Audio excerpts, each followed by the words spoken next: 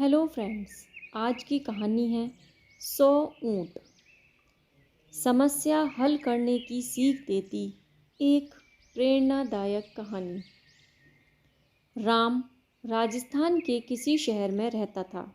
वह post graduate था और एक प्राइवेट कंपनी में जॉब करता था, पर वो अपनी ज़िंदगी से खुश नहीं था। हर समय वो किसी न किसी समस्या से परेशान रहता था और दिन रात परेशानी में डूबा रहता था। उसे अपनी परेशानी का हल नज़र नहीं आ रहा था। एक बार राम के शहर से कुछ दूरी पर एक फ़कीर बाबा का काफ़िला रुका हुआ था। शहर में चारों ओर उन्हीं की चर्चा थी। बहुत से लोग अपनी समस्याएं लेकर उनके पास पहुंचने लगे। राम को भी इस बारे में पता चला और उसने भी फ़कीर बाबा के दर्शन करने का निश्चय किया। छुट्टी के दिन सुबह सुबह ही राम उनके काफ़िले तक पहुंचा। वहां सैकड़ों लोगों की भीड़ जुटी हुई थी। बहुत इंतज़ार के बाद राम का नंबर आया। वह बाबा से बोला, बाबा, मैं अपने जीवन में बहुत दुखी हूँ। हर समय समस्याएं मुझे घेरे रहती हैं। कभी ऑफिस की टेंशन रहती है, तो कभी घर पर अनबन हो जाती है और कभी अपनी सेहत को लेकर परेशान रहता हूँ। बाबा, कोई ऐसा उपाय बताइए कि मेरे जीवन से सभी समस्याएं खत्म हो जाएं और मैं चैन से जी सकूं। बाबा मुस्कुराए और बोले, पुत्र, आज बहुत देर हो गई है। मैं तुम्हारे प्रश्न का उत्तर कल सुबह दूंगा, लेकिन क्या तुम मेरा एक छोटा सा काम करोगे? जरूर करूंगा, राम उत्साह के साथ बोला। देखो बेटा, हमारे काफिले में 100 ऊँट हैं और उनकी देखभाल करने वाला आज बीमार पड़ गया है। मैं चाहता हूँ कि आज रात तुम इनका ख्याल रखो और जब 100 के 100 ऊँट बैठ जाएं, तो तुम भी सो जाना। ऐसा कहते हुए बाबा अपने तंबू में चले गए। अगली सुबह बाबा राम से मिले और पूछा, कहो बेटा, नींद अच्छी आई? कहाँ बाबा, मैं तो एक पल भी नहीं सो पाया। मैंने बहुत कोशिश की, पर मैं सभी ऊँटों को नहीं बिठा पाया। कोई ना कोई ऊँट खड़ा हो ही जाता था। राम दुखी होते हुए बोला, मैं जानता था यही होगा। आज तक कभी ऐसा नहीं हुआ है कि ये सारे ऊँट एक साथ बैठ जाएं।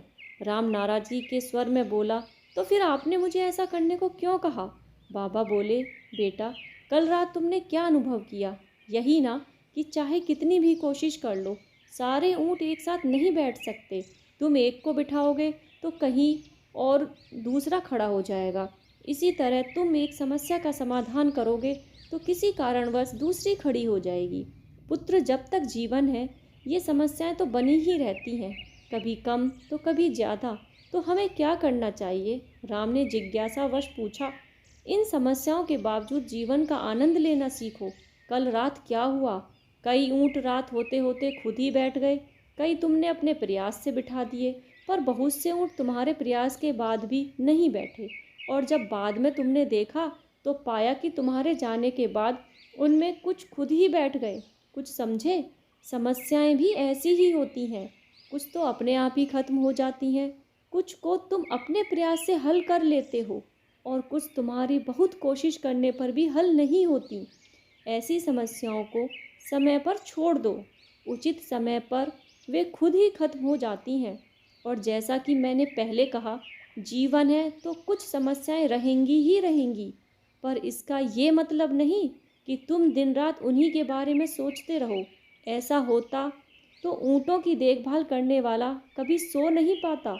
समस्याओं को एक तरफ रखो और जीवन का आनंद लो, चैन की नींद सो। जब उनका समय आएगा वो खुद ही हल हो जाएंगी। पुत्र, ईश्वर के दिए हुए आशीर्वाद के लिए उसे धन्यवाद करना सीखो। पीड़ाएं खुद ही खत्म हो जाएंगी। फ़कीर बाबा ने अपनी बात पूरी की।